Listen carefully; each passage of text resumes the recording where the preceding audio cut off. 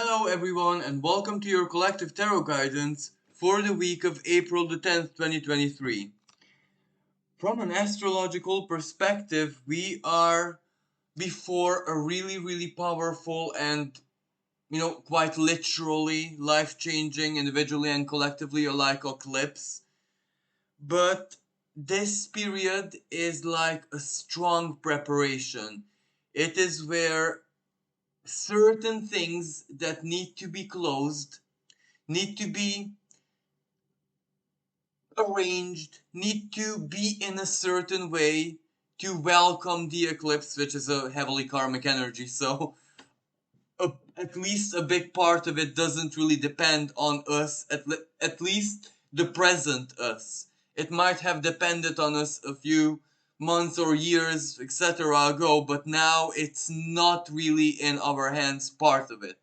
The other part is very much in the hands of our fate, so to speak. But anyway, this isn't the theme here. Where I want to go with this, that this is the week when, exactly as I said, what needs to be set up, closed, accepted, so this energy can play out psychologically, materially, financially, relationships, any area of life, including our own inner world and feelings. But something completes there, something matures, something reaches the stages where its final stages, where it needs to be, even if it's not a termination. Something becomes solid, something crystallizes, something reaches its stage of stability.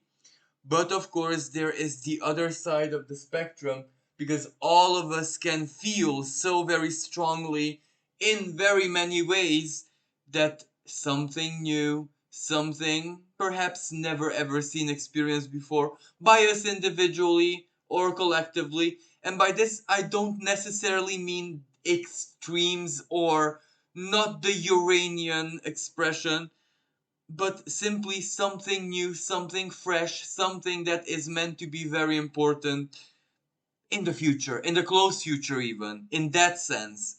So we see that coming, we see that, approaching. If it's like a light, well, it's very clear on our skies. And this is exactly what the cards reflect. So we have this Ten of Wands. This is so self-explanatory because in many ways we do feel a heaviness, a burden. We do feel that in certain things, with certain people, in certain situations, something in our lives just really can't go on anymore. It's truly the end of the tolerance, whatever that may mean, including in, situations, cases again, when we don't want it to, and when we want to, grip onto it. Don't leave me, I'm not ready yet still it has to go, or it cannot help you anymore, or anything of this nature. But of course, I am 100% certain that we do see in this the divine expression, where whatever has to leave us, whatever this tenable the burden is, uh, it needs to leave our lives, or even if it doesn't, it's not a burden anymore. And that simple. It can truly be that simple. Maybe a month ago, a week ago, a day ago, it felt like the weight of the world, and today it's child's play. It's nothing. Fate has funny ways to her, you know? She is sometimes truly unpredictable, whimsical, call her whatever you want. And the next card is the Fool reversed, which is exactly that. A surprise moment, a shock moment, or the feeling that whatever needs to begin anew is so very close. Am I needing to make a step, a move? Do I need to meet it halfway? Should I be doing something, risking, mobilizing myself, a certain anxiety? But I do believe that this is a positive anxiety. This is a state of preparation. This is where there is knowledge here. This isn't just an intuitive, wishy-washy feeling. There is actually knowledge here. You know something, you perceive something. There is also something rooted, something crystallized in the logical plane, as in there is, facts, figures, your own sense of logic, your own, design, mental design, your plans supporting it, if you know what I mean. There is also that part without a shadow of a doubt. So it's a state of preparation, almost like a serendipity. And also, the Hermit, Two of Swords reversed, and the Three of Cups. Well, this means a moment of clarity. This is where something is very, very clear to you. A choice, a decision, your own judgment on something. And when I say judgment, it's not to be misunderstood as the judgmental attitude. Your clear judgment, in that sense, what something is to you. And ultimately, no one else, and not even this is where at this, the divine cannot really help. It can inspire you, it can guide you, it can send you so very many mirrors, guiding you back into yourself. Why the self? Because only you can actually answer certain questions to yourself, because you're the ultimate judge of what physical reality, earthly life, some aspects of it, let's say, means to you. And if you cannot cast that verdict, what something means to you, then it will not be there, because the divine, not even the unconscious forces, can make certain inner decisions, processes for us. We just need to sit down with the human self and what do you feel about this? What do you prefer? What are your deepest emotions, your thoughts, your judgment again? How do you judge this? And that is where we need to consult ourselves. Of course, at this time, it's not the consultation period, but rather when we are in knowledge, when we know, when the verdict was already contemplated, decided upon, and now we either have to say it, speak it out. Mercury aspect, Venus square Saturn aspect, speak it, and Venus in Gemini, that's why speak it out. Show it, express it, communicate it. Gemini, especially with Venus in it, is also nonverbal communication. It is also something that we express subtly, or sometimes not so subtly, because it's not just our words that speak, it is everything else. Mimic, eyes, and in this day and age, even aura, even empaths, army of empaths. Can you truly lie in this day and age? Not really, because everything speaks about you. So you know what I mean. Mercury in the sign of Taurus, your five senses, they perceive usually their Venusian elements passive, but they also transmit at times our reactions. So when they're not delighted, you know what I mean. So this is also the Three of Cups. The fact that we are embodied the Hermit. This is where the Hermit, every side of it, we're alone in this because only we can decide something. Partner, child, divine, not so divine, computer, rational research, not so much. Just us, what something means to us.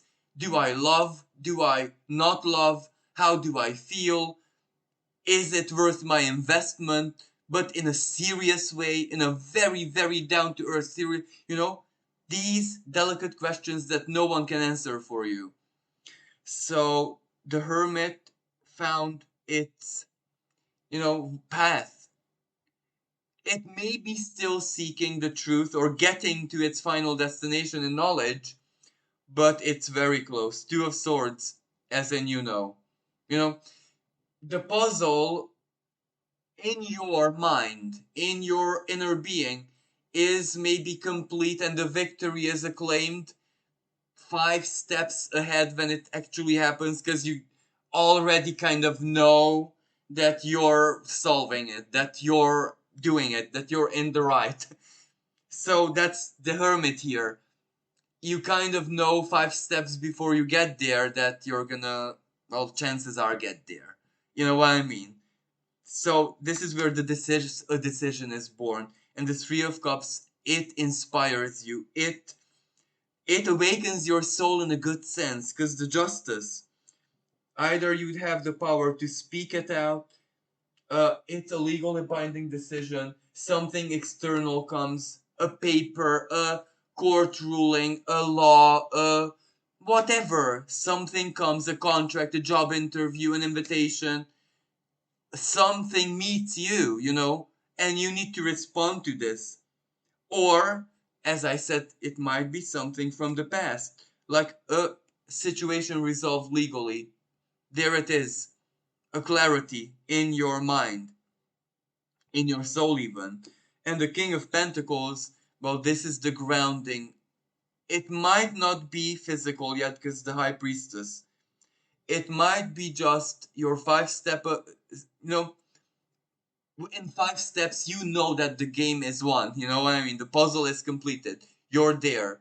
So the High Priestess is already preparing you for that moment. Your inner being dreams, very strong dreams this period, and the dreams kind of become more and more and more clear to interpret, clear to know what is going on within you, and ultimately this High Priestess might even give you hints to what something may turn out, something that you're pondering upon, the Justice. So you're in a strong preparation mode. And I also chose another, shadowy tarot deck to clarify this, how it may affect us. And this shadowy deck, showed me the Lovers, the Page of Swords, the Ten of Swords reversed, and Two of Swords reversed. Again, the Ten of Swords, it's complete. But when it's reversed, what is after the ending? Ending, completion, okay, the solving of the puzzle ends it. And when it's reversed, you're already after, in mind. You already don't care about the Ten of Swords itself. The completion of let's say, the puzzle in the symbolism that I use. But when it's reversed, you're already, oh, okay, this is done, so I'm going to do this and that probably after. So this, in a way, it's very positive. The Lovers, well, again, something meets you. For some people, yes, it can actually be the lover, the person, and past, present, future, it doesn't really matter. For example, you thought you're through with your husband, partner, for any reason, and it's not just getting better. There comes a moment when, okay, it's really better. It's for real. It's better for real. So whatever this separation, divorce, conflict, blockage, you know what I mean, was, well, it's already history, because you're already processing something, living something else, because a moment comes. So this is where the Lovers, for some people, can mean really a union, a partnership. But in for those of you who are single, it's kind of obvious. But when it's not a person and a romantic situation, fifth or seventh house stuff, then it can be the contract, the opportunity, the project, your own, you know, the Lovers. Ultimately, it's Gemini. So your own plan, your own move, your own travel, you make your own way, you know? And the Lovers, is always associated also with a communication, with a news. Not always earthly, because in classic tarot, it is Archangel Raphael there. It is divine.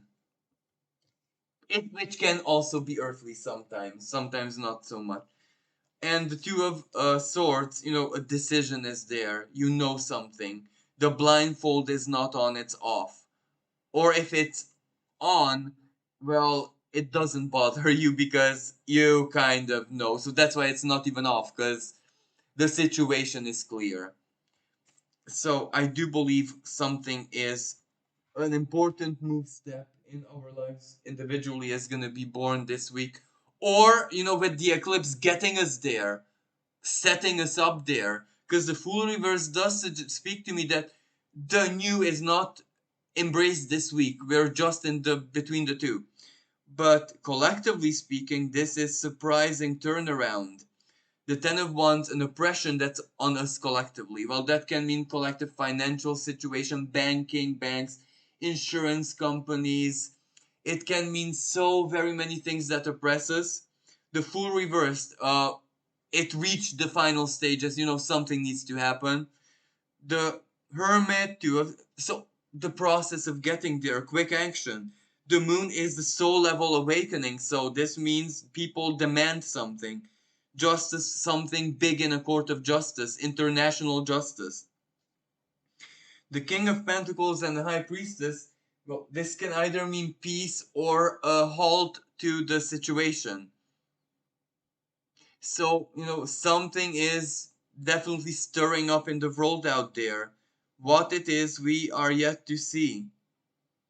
So, I think I'm going to leave it at this because this is, like an eclipse preparation week, so everyone has to listen to their own soul, listen to their own heart, and ultimately what is born within inside of us because it's Aries energy.